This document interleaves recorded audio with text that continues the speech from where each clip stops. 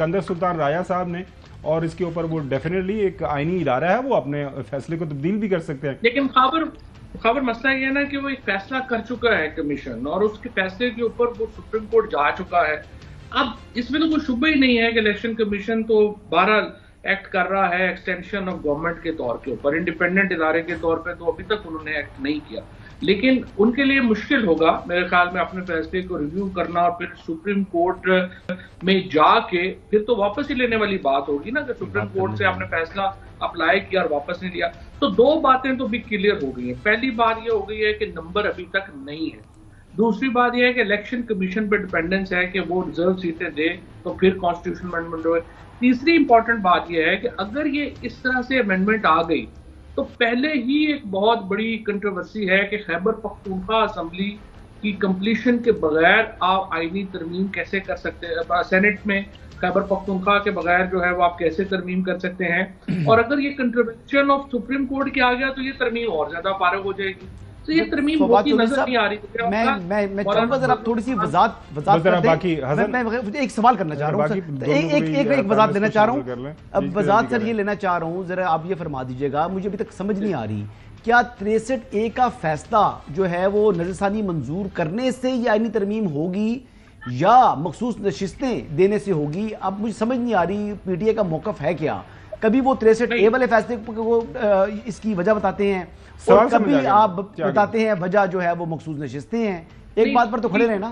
ठीक है, नहीं हसन, बात यह है कि हर वो कदम जिससे नंबर चेंज हो रहे हों वो इकदामात जो हैं वो लिए जा रहे हैं आपके दोस्तों की तरफ से।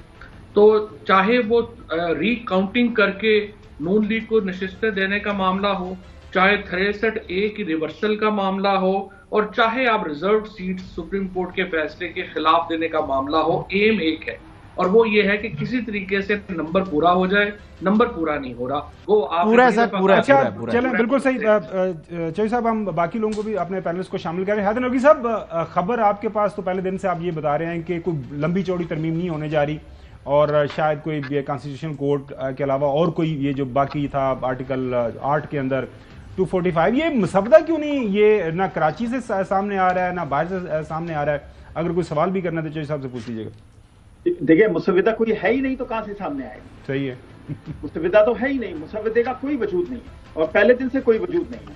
वो जो मैं बार बार एक बात करता हूं जिसको आप बहुत आगे भी बढ़ाते हैं, ट्रक की बत्ती के पीछे सारे लगे हुए। लेकिन आपने अभी एक बड़ी जबरदस्त इंट्रो में जो आपने सुनवाया था मुर्तजा साहब का क्लिप, जो JUI के हैं, उन्होंने एक बहुत अच्छी बात की, और अब मेरा ख्याल है वक्त आ गया है कि पाकिस्तान को इस पर सोचना होगा। पाकिस्तान तहरीक इंसाफ के जो ऐसे लोग हैं जो वाकई रियासत के साथ चलना चाहते हैं, जो एहतजाज की सियासत से, जलाओ घेराव की सियासत से दूर रहना चाहते हैं, जो पार्लियामेंट के निज़ाम को चलाना चाहते हैं, जो रियासत के निज़ाम को चलाना चाहते हैं, वो आगे आए और आप पाकिस्तान तहरीक इंसाफ को भी साथ बिठा लें। आप क्योंकि पार्लियामेंट में तो है ना वो, आप इस वजूद से तो इनकार नहीं कर सकते। बिल्कुल सही आपकी राय सामने मौजूद है, तो आप उनसे बैठे, उनसे बात करें। आप जो भी मुसविदा बनाना चाहते हैं, जो भी जिस तरह की जो भी आप अमेंडमेंट्स लेकर आना चाहते हैं, आप उनसे बात करें, उनको साथ लेके चलें। इसी तरह आप मुल्क को चला सकते हैं। आप इस तरह मुल्क को नहीं चला सकते। बात आपकी बिल्कुल सही है। असल में वो जिस अंदाज से वो करने की कोशिश की गई थी वही तो मसला हो गया ना। आपकी बात राय वही मैं बात करना चाह रहा हूँ कि आप इस तरह मुल्क को नहीं चला सकते। आपको एक पार्लिमानी निजाम को ताकत देने के लिए ये स्टेप्स लेना होंगे, वरना फिर आप पार्लिमानी निजाम को ताकत नहीं दे सकते। फिर आपका पार्लिमानी निजाम कभी भी सर्वाइव नहीं कर सकता, जगह नहीं पकड़ सकता। तो ये बड़ा जरूरी है कि पाकिस्तान तहरीक इंसाफ भी इस पर सोचे। मैंने कल भी ये बात की थी कि पाकिस्तान तहरीक इंसाफ भी इस पर सोचे। आपकी राय आगे जी बिल्कुल। चौधरी गुलाम हुसैन साहब, चौधरी साहब से सवाल भी कर लीजिए, कोई कॉमेंट कर लीजिए। चौधरी साहब। फवाद चौधरी साहब, आप जमहूरियत को बचाने के लिए और ये हुकूमतें जो हैं इनको चलाने के लिए अब थोड़े से लोटे आपने दे दें, खुद ही चुन के वहाँ से PTI से इतना तरद्दुद कर रहा है। सुप्रीम कोर्ट के चीफ जस्टिस को भी आपने एम्बेरसमेंट में डाला हुआ है। इलेक्शन कमीशन को भी आपने आज कहा कि आप आइन और कानून के तहत जो सुप्रीम कोर्ट का फैसला उस पर अमल ना करो, जो हमने हुक्म दिया उस पर अभी तक अमल क्यों नहीं? तो थोड़े जो लोटे लब के इन्होंने दे दो, बड़े बेचैन हो रहे हैं। जो साहब, असल बात यह है कि आईनी तरमीम जो हैदर कह रहे हैं या हसन भी कह रहे हैं और इससे पहले कामरान मुर्तजा साहब ने, देखिए, आइन का तो जो सारा जेनेसिस है ना, वो होता ही है कि वो इत्तेफाक हो सारी, बिल्कुल सही, ये आम कानून साजी नहीं है। आइन का तो मतलब ही है कि आपका इत्तेफाक हो। लेकिन देखिए ना, यहाँ पे तो मसला ये है कि जो अगर चाहे अभी हैदर नकवी साहब कह रहे हैं कि कोई उसका मसवदा नहीं आया, लेकिन लॉ मिनिस्टर साहब ने देखे सुप्रीम कोर्ट में एक कन्वेंशन से खिताब किया था। उस कन्वेंशन में जो लॉयर्स का उनका ग्रुप था, उसमें उन्होंने ये तमाम नुकात और मसवदा जो है उनके सामने पड़ा था।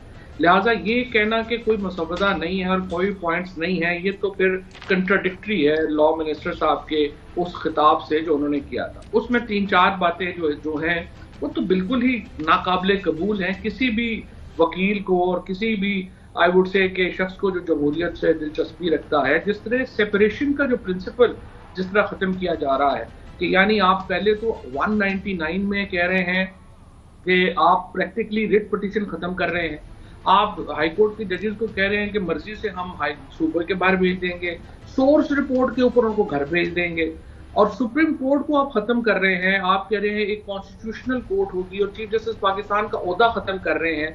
देखिए, ये चीजें तो बहुत कॉम्प्लेक्स हैं। जिस तरह अभी गुमन साहब पहले खबर मिसाल दे रहे थे 18वीं आईनी तरमीम की, तकरीबन 1 साल से ज्यादा अर्सा उसके ऊपर जो है वो गुफ्तगू हुई थी।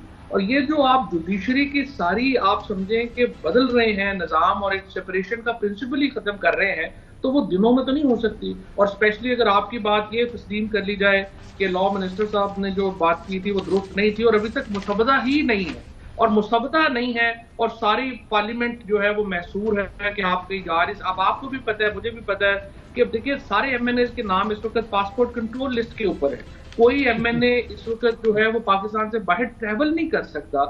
बेसिकली सब जो है वो महबूस है। तो साहब आपकी बात बिल्कुल ठीक है। आपको याद होगा कि जब ये कोशिश की गई थी 13-14 सितंबर की रात को, हमें याद है कि यहाँ पे बेचारे एमएनए एमपीए सॉरी सेनेटर्स जो थे, जब पार्लियामान के अंदर कुछ लोगों से बात हुई तो उनको बाथरूम जाने की भी इजाजत नहीं थी कि कहीं बाथरूम की खिड़की से कोई बंदा आगे पीछे ना हो जाए। इस अंदाज से उनकी बेचारों की मॉनिटरिंग की जा रही थी, नंबर गेम पूरी करने की कोशिश की जा रही थी। अच्छा, एनीवेज लियाकत नहीं है जी। अच्छा, इस हुकूमत के पास ना वो लियाकत नहीं है, लियाकत पीटीआई के पास थी। लियाकत नहीं, मतलब वो लियाकत की कमी है, नियत का मामला, नियत का मामला, लियाकत की कमी है जी। अच्छा नाज़रीन, आगे बढ़ते हैं। असल में सारे का सारा चेंज कर लो ना, वो लियाकत चेंज कर लो। वो लियाकत है हुण असल च जिहड़ी साइड ते जाना चाह रहे हैं तुहानू पता चले साहब, असी किसी लियाकत दा नाम लियाते हैं फिर साडी वो तुहानू पता नाम तो सुनने के लिए बैठे हैं। अच्छा नाज़रीन, असल मामला शुरू हुआ था कि क्या मौजूदा चीफ जस्टिस साहब जो है वो अपनी एक्सटेंशन लेंगे। 3 साल की जो बात हुई थी कि चीफ जस्टिस के टेन्योर जो है उसको टेन्योर कर दिया जाए, उनकी जो पोजीशन है, तैनाती है। तो उसके बाद आपको पता है चहमगोइयाँ शुरू हो गई कि जी उम्र बढ़ा दी जाएगी, 65 से 68 कर दी जाएगी। फिर ये था कि नहीं, इसको जो जब भी चीफ जस्टिस को ये अपॉइंट होगा वो 3 साल के लिए होगा। ये सारे मामला थे। फिर कॉन्स्टिट्यूशनल कोर्ट जो होगा वहाँ पे जो जज अपॉइंट होगा वो एक रिटायर्ड भी जज हो सकता है, उसकी उम्र इस तरह की हो सकती है। इसके ऊपर जो राना सनाउल्लाह साहब क्या फरमा रहे हैं काजी फाइज़ा साहब के हवाले से, और जस्टिस काजी फाइज़ा साहब इस हवाले से क्या माजी के अंदर फरमा चुके हुए हैं, वो भी तमाम जो हकाइक हैं आपके सामने रखेंगे।